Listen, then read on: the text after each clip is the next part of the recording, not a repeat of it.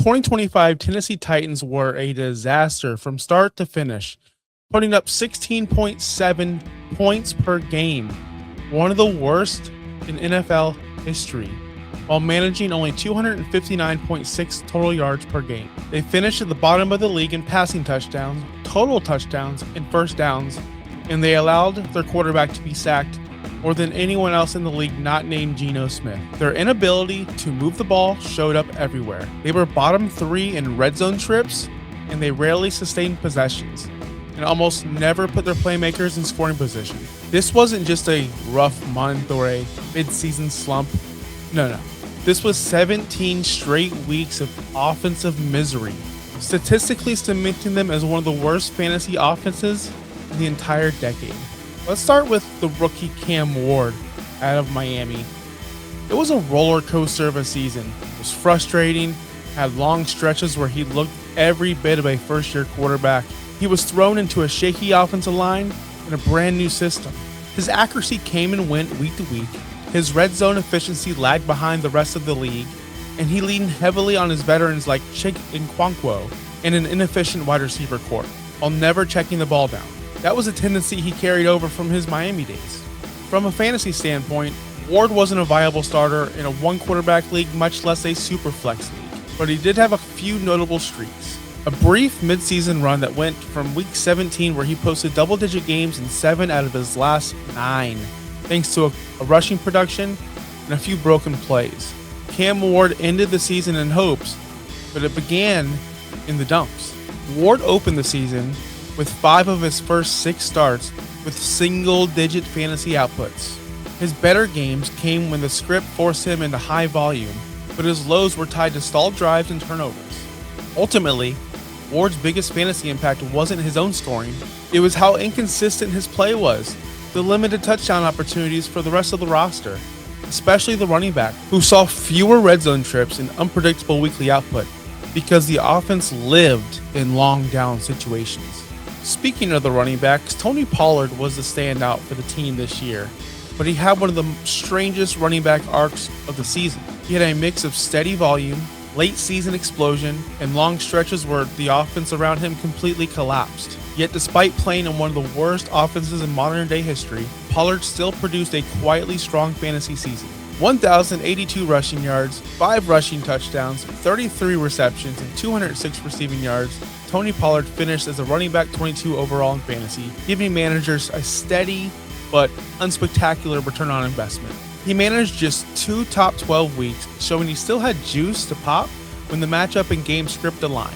His true eruption came in week 14 against Cleveland, where he delivered his only 20-point performance of the entire season, a reminder of the explosive upside he used to flash more often in Dallas. But the lows were just as loud. 7 games under 9 fantasy points, including a brutal stretch where 6 of those duds came between weeks 6 and 13, right when managers needed stability the most. Pollard wasn't bad, the Titans' offense was, and his 2025 fantasy arc became a story of a talented back fighting uphill every single week, occasionally breaking through, but too often dragged down by the team around him. The next fantasy group will be pretty quick here. It's the wide receivers. You know them, you tolerate them.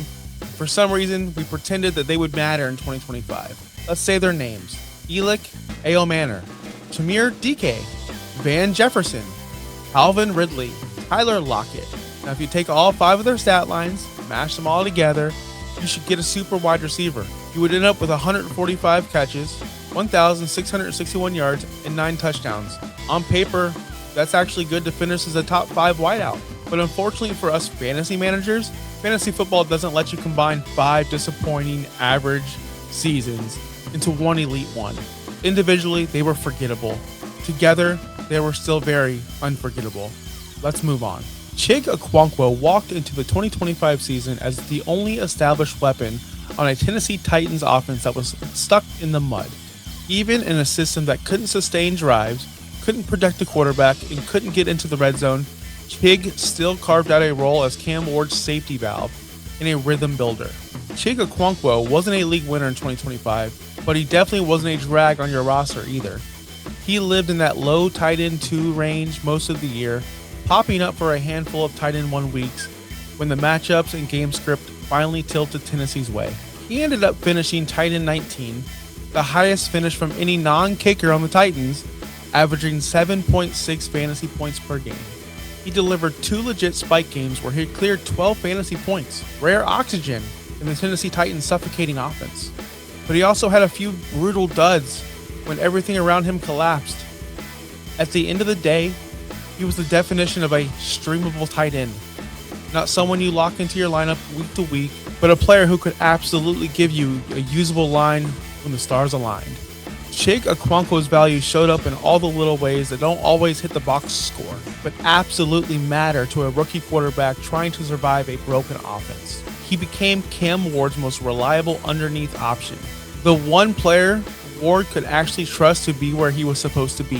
Whenever the offensive line collapsed, which was often, Chig gave Ward a quick outlet to keep the play alive instead of taking another drive-killing sack. He helped Ward stay on schedule in a short passing game and was one of the only Tennessee Titans who was consistently separated against coverage. Now in fantasy football, we're quick to blame the position players for their lack of success, but most of the time it could be the offensive line. And here in Tennessee, it was the offensive line. The line struggled in every major category: pass protection, run blocking, and consistency. They allowed constant pressure, forcing Ward into rush reads, off-platform throws, and drive-killing sacks. They were so unstable, it made the Tennessee Titans impossible to sustain any kind of drives, generate any kind of red zone opportunity, which was why the entire season was just a disaster. Running backs, wide receivers, and tight ends saw all of their ceilings collapse. Fantasy managers felt this every single week. Tony Pollard's efficiency dipped because defenders lived in the backfield. The receivers rarely had time to get into the routes. The 2025 Tennessee Titans offensive line didn't just impact the offense, it defined it. Their struggles turned Tennessee into one of the least productive units in the league and made almost every fantasy option volatile, touchdowns starved, and outright unstartable. The Titans have a long climb ahead, but there are clear ways they can become more fantasy-friendly team in 2026. As we just said, their biggest issue in 2025 was their offensive line, which graded as one of the worst units in football and wrecked everything around it. Cam Ward's timing, the run game, the receivers, everything. Fixing that alone would instantly raise the floor of the entire offense. Adding a true wide receiver one would also change the picture. Rookies A.O. Manor and DK flashed, but couldn't consistently separate, and Ridley and Lockett gave them nothing. A more modern scheme with quicker reads, more motion, and play-action concepts tailored to Ward's strength would help him settle into this role and keep the offense on schedule. The good news is that Tennessee did give Ward some support.